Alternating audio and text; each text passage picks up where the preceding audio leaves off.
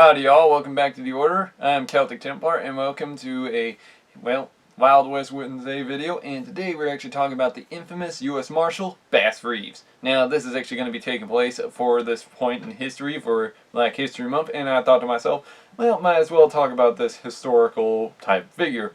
And pretty much, why don't we first talk about him when he was first born in 1838 in Arkansas. Now it's actually stated he was actually under the form an enslavement, and as well born into the enslavement of the Reeves family, especially that of William Reeves. And it's actually stated that, Bass actually wanted to learn to read and write, especially from the Bible. However, it's actually stated that William Reeves actually could not do this, due to the fact, back at the time, it was somewhat outlawed, especially in many parts of the South, to actually, teach a slave to read or write. This also was very common in history, especially with none other than the infamous Frederick Douglass, who of which actually tried to learn and read and write in secret, especially under his, master's wife, who of which trained and taught the slaves how to read and write especially. But, that's how it went. Now we can actually understand, though, that Bass Reeves was pretty much actually, not allowed to read or write. But it is stated, though, that his master, William Reeves, actually gave him full charge of his arsenal and his horses. And this is actually one major point in general we had to understand. Now, before any of y'all start wondering, that's a little peculiar, it's actually stated that Bass Reeves might have actually been the son of William Reeves, of which it's actually not uncommon either. Many times over, many black women actually become mistresses under the, said control of their masters. Not by force, but by actually lawful action. And of which there is actually a major law that of which you can't rape a woman for no apparent reason. That's because of the fact she's there. In fact, this law has been major, especially by the time of Elizabeth Freeman's Act, in time of the round in history of the American Revolution. However, her story we might want to get to, especially by the American Independence Day. So, by our American Revolutionary videos. So, hopefully you see y'all in there in July.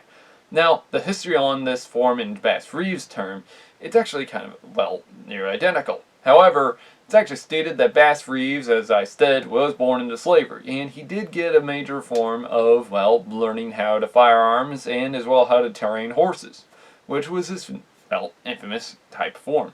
He also became a famous marksman, especially, and it's even stated he could even use both hands, especially greatly.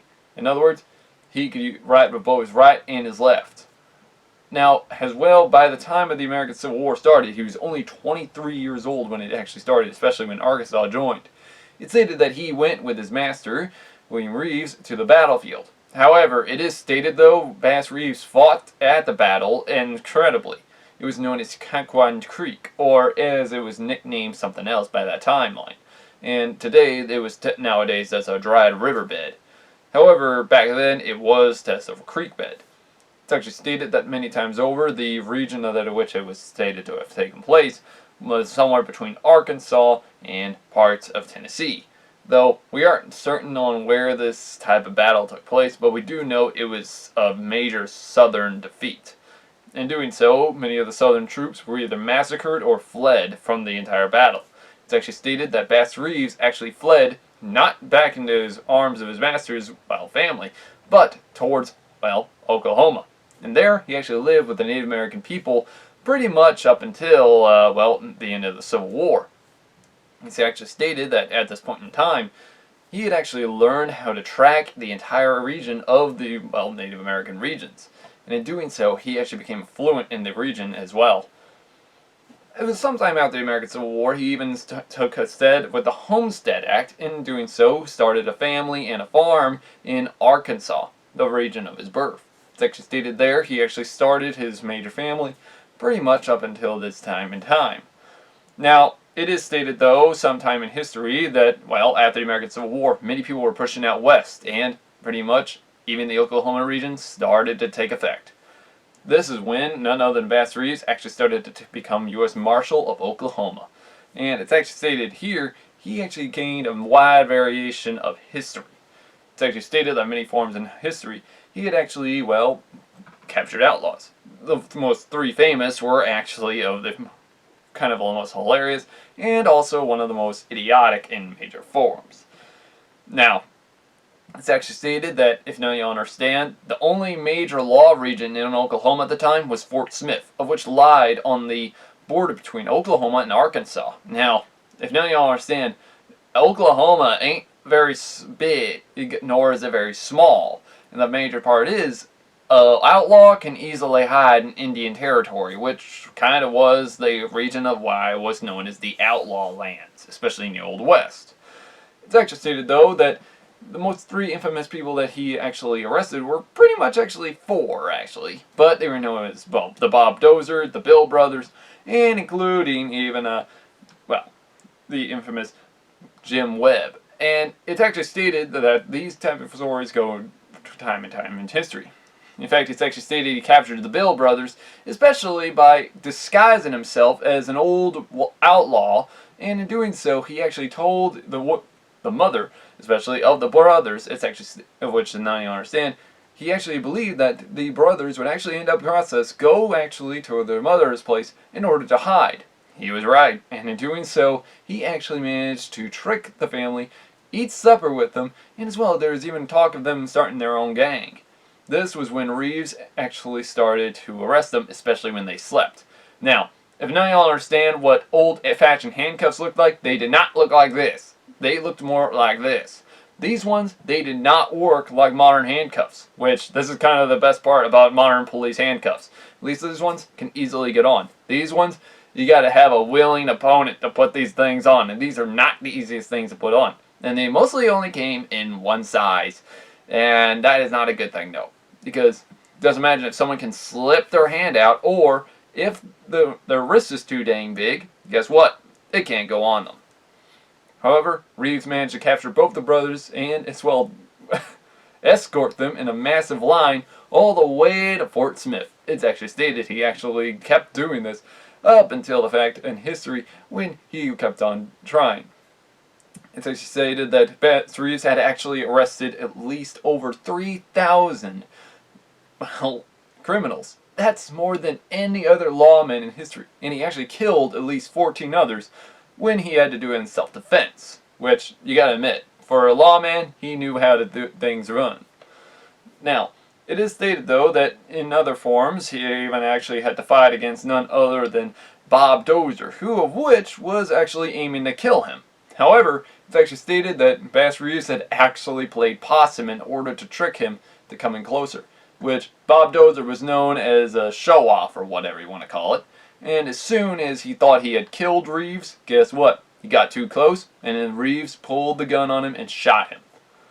Another story also goes with the infamous Jim Webb. It's actually stated that he had arrested Jim Webb before, only to now finally arrest him again. However, Jim Webb was not going back to prison. It's actually stated that he tried to fight back against Reeves, and in doing so, well, tried but failed. Which, this is actually hilarious. It's stated that Jim Webb hit pretty much everything except for Bass Reeves. It's actually stated that it had hit his part of his boot, his hat, and including his clothing, and including his own cattle horns, of which none of y'all know what that part of the saddle is. It's that little knob piece on the front. Now, in doing so, those parts were actually shot, and yet he still managed to keep firing back in a calm form. And in doing so, it's actually stated that Jim Webb died there. Upon respect of his opponent, it's actually stated that Jim Webb told him to give him his holster.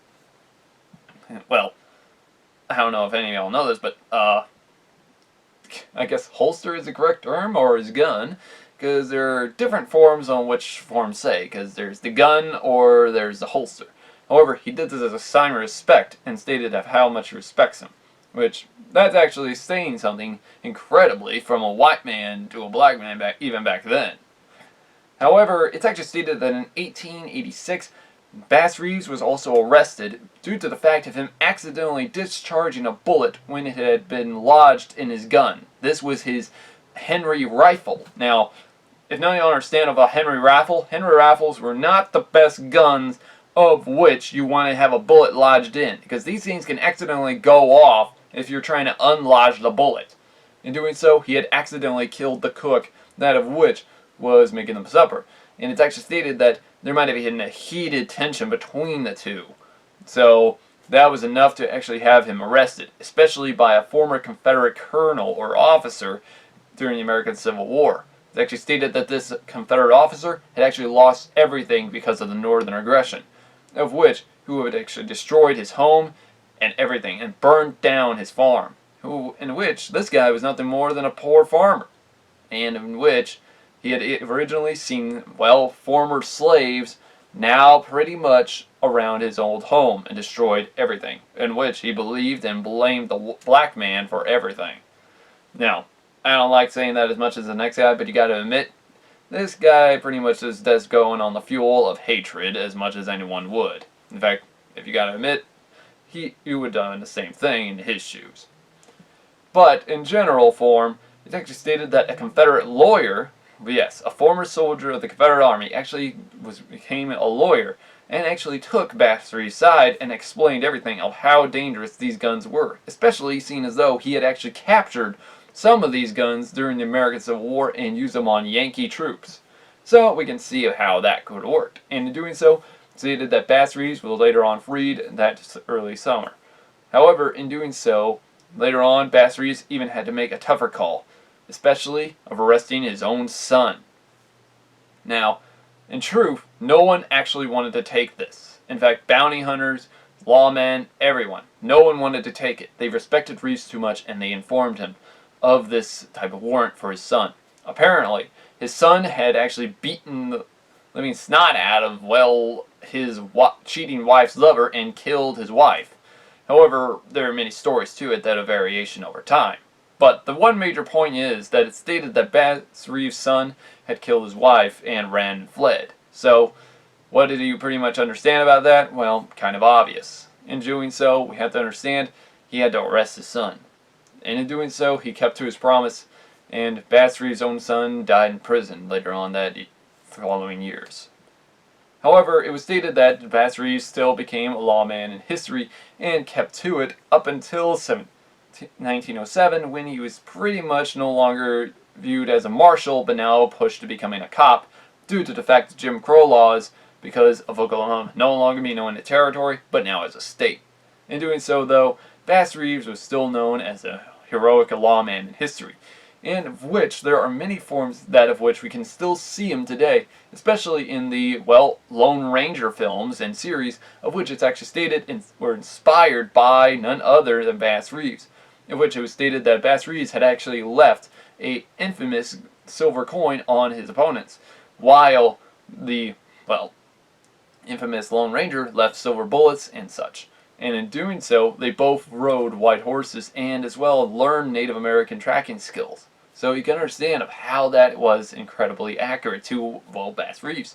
Another way we can also see Bass Reeves in the modern brew is also in the video game, yes, the video game, Red Dead Redemption, which is inspired by the Bass Reeves story, I'm guessing, because we actually see an inspirational form of Bass Reeves, of him having to, well, combat against any form of outlaws in the, well, region. And in doing so, that's kind of like what we see in Red Dead Redemption 2. In doing so, we see a black sheriff, or Marshal, or what you want to call it, and in doing so, he's putting down the law on the very crimes of the, well, Wild West. Wanted dead or alive, so they got to be placed dead or alive. And you got to understand, that's a major point that we have to understand. So, why is it that, in general, we have to understand that many times over, Bass Reeves' story needs to be told? Kind of obvious. Bass Reeves was an infamous, well, gunman, and as well an infamous marshal, and as which there's not that many people that remember him. Which, I gotta say, I'm pretty much sorry to hear that, due to the fact his story is still technically heard in Oklahoma, and the fact is, many people in Oklahoma have never even heard of him, sadly, and in general, not that many people ever heard of him at all being a lawman, of an infamous black lawman, actually being, well, you would like this. But in general, I had to put out here, the Wild West was not all white. It was also black, Hispanic, Native Americans, Asian, anyway. And in doing so, we can understand how that would have been. So, yeah. Now, if any of y'all like this, let me know in the comments below. If you want me to cover anything of Wild West history, please let me know in the comments below. As well, if y'all want me to talk about anything else of Black History Month, also let me know in the comments below. Like and subscribe, and also click the bell button for notifications, so when we have our next upcoming video. Also, check out our Facebook. Anyways, guys, this has been Templar. Have a great day.